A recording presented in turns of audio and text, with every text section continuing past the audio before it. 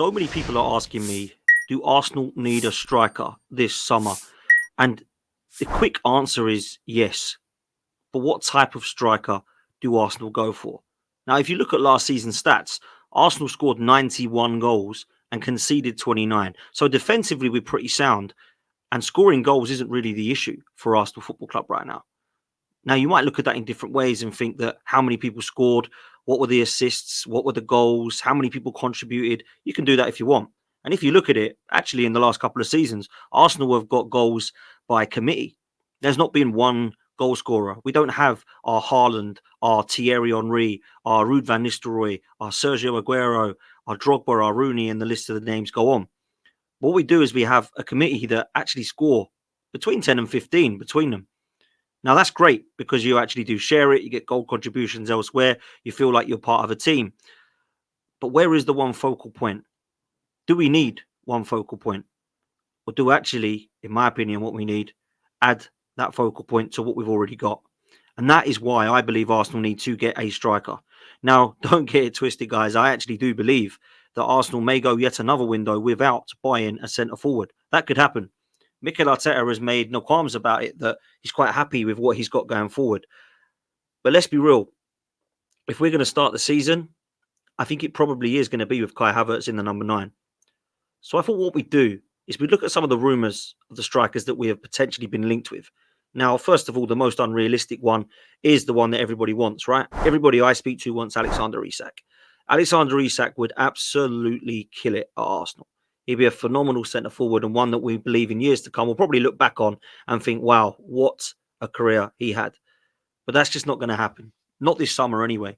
So that leaves us with Jesus and Havertz that we have at the moment. With Eddie Nketiah potentially leaving, there's other options. Ivan Toney is another option that some believe is Premier League proven and some believe that he would come into the team and would absolutely bang and be a finisher. I quite like him. But it doesn't look like he's the guy that Arsenal are going to go for. But it does look like the murmurings are for Viktor Gyokeres. Now, there is not heavy rumours suggesting that Viktor Gyokeres is going to be an Arsenal player, but there are rumours suggesting that we are looking at him.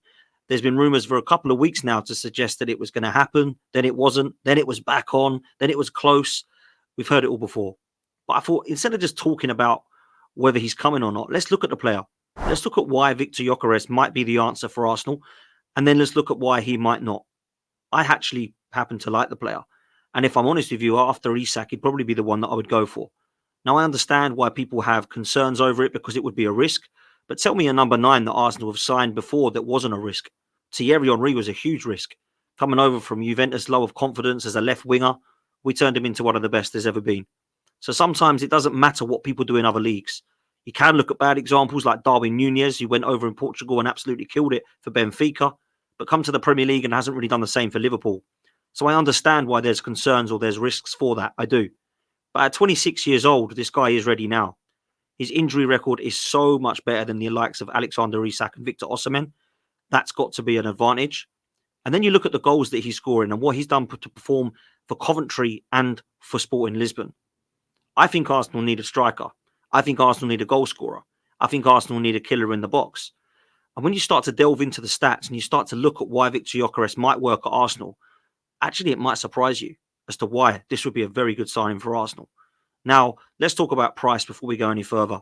He's got a £100 million release clause. A lot of money, I hear you say, but it's 100 million euros. So that means it's around about £84 million, which is a lot of money, probably similar to the price of a Darwin Núñez. It would definitely look to be one of the record signings at Arsenal. Not our record, but certainly close towards it. If you look at what we have signed previously, we've never really spent that much money on a striker in the past at Arsenal. We've never gone and got that 120 million striker, which I imagine Alexander Isak will be close to. So maybe we do need to start looking at that position. In the 4 or 5 years that Arteta's looked at these transfer windows, he's never really, other than Gabriel Jesus, bought an attacker or a number 9. Havertz has turned into that, but wasn't really one when bought there. He was playing in midfield for a lot. And obviously you've got the likes of Trossard who can play there, and Martinelli people are talking about potentially has a future there. But right now, it's Kai Havertz who's the 9. So let's take a little bit of a look, shall we, at some of the stats of Viktor Gyokeres. Now, Viktor Gyokeres, for me, started to be known at Coventry. This was where he started to have a bit of a name for himself, really. And people might sort of poo-poo the fact that he was in the Championship. It's not a good enough league. It's a farmers' league. Actually, it's quite the opposite. It's extremely competitive. It's definitely very physical. And when you're scoring goals there, you definitely can look to take that form elsewhere. As we have seen with Elise, with Eze, with Jack Grealish, with players who have come from the Championship that you wouldn't even think of started there, that have come into the Premier League and actually impressed. Then you take it to another league and you go over to Sporting Lisbon and you do the same in the Portuguese league. So for me, there's definitely evidence that he can take this form to a couple of countries and a couple of leagues and perform in both.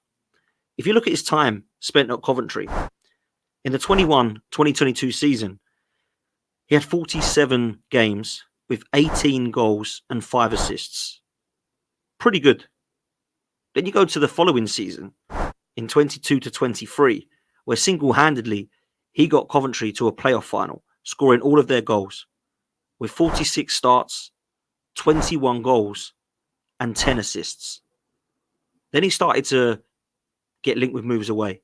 I believe Wolves were looking at him, bringing him into the Premier League, but he decided to go over to Sporting Lisbon. And Sporting Lisbon is where he's absolutely shone with the season just gone.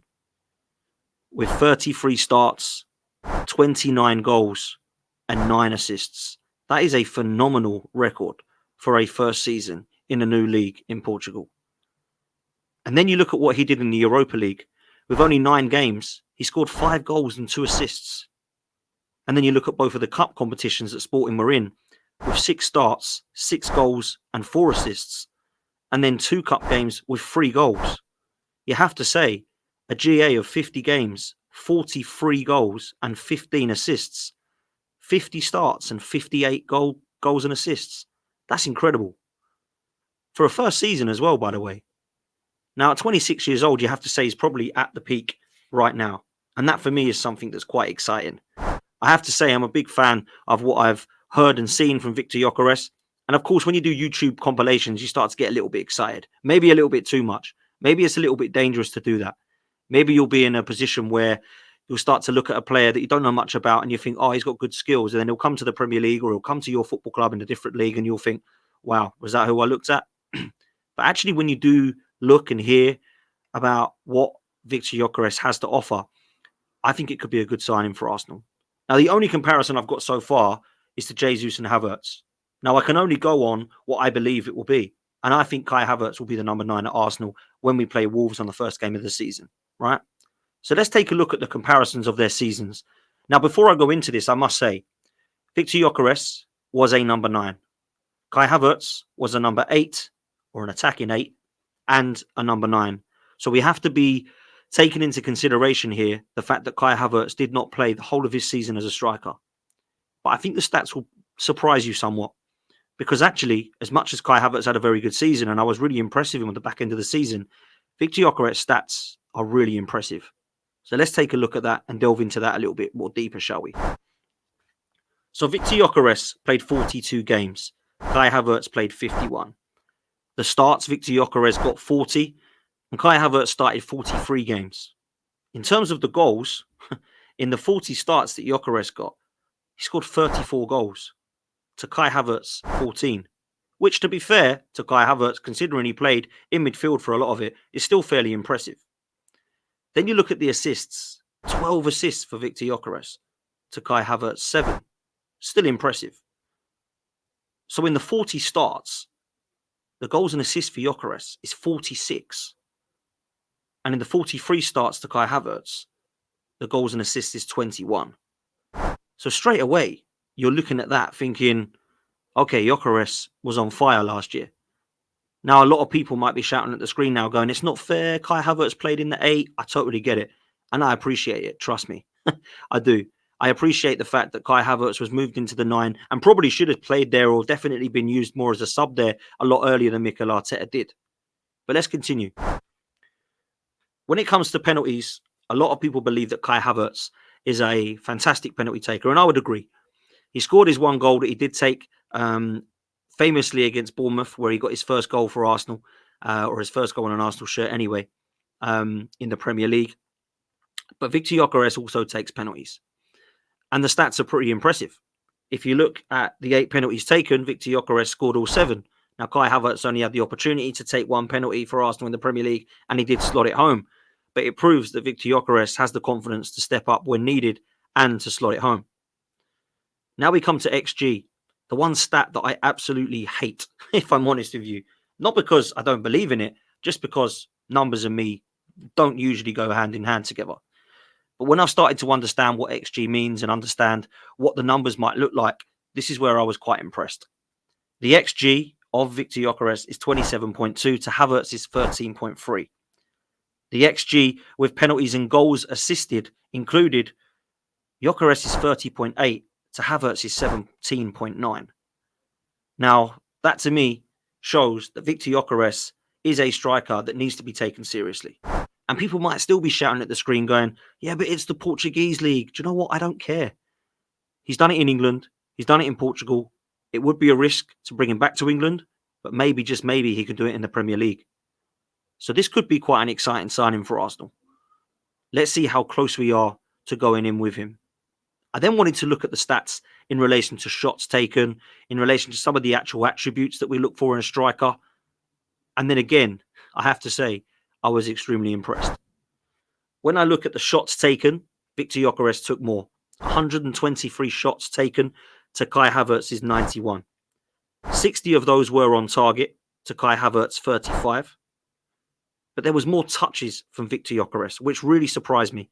Because as a number 9, sometimes they can just be floating around up there waiting for the ball. But it looks like Viktor Gyokeres gets himself involved.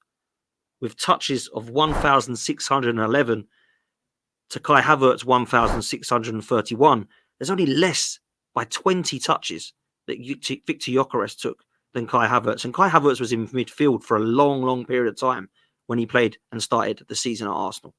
That impressed me. Also, what impressed me with Viktor Gyokeres was the number of take-ons, with 190 to Kai Havertz 59. Kai Havertz is not the player that takes on some of the defenders, but it looks like Viktor Gyokeres is not afraid to do that. And then the last two really impressed me. In terms of the ball carrying, Kai Havertz with 887 ball carries, Viktor Gyokeres with an astounding 1,069. That to me is really impressive in comparison to Kai Havertz. And then lastly, the one that might shock me most is the distance carried with the ball. Kai Havertz is not one of those players, but Viktor Gyokeres definitely is. Kai Havertz carried the ball 4,010 meters in distance. Viktor Gyokeres almost doubled that with 7,091. So those are some stats as to why we might look at strikers and what sort of number 9 that we might need. Some people might look at the kind of presence and imposing stature of Viktor Gyokeres and Kai Havertz and think they're quite similar. But actually, looking at the stats, they're quite different. Viktor Gyokeres definitely has some attributes that I would like to see at the football club. And people might think, well, this is just another Giroud type signing, another Kai Havertz. They're quite similar. Listen, this is not a player you throw on with 20 minutes to go. This is a player who's starting for the Sporting Lisbon. This is a player who's getting himself involved. This is someone who's getting on the ball, carrying and taking on players.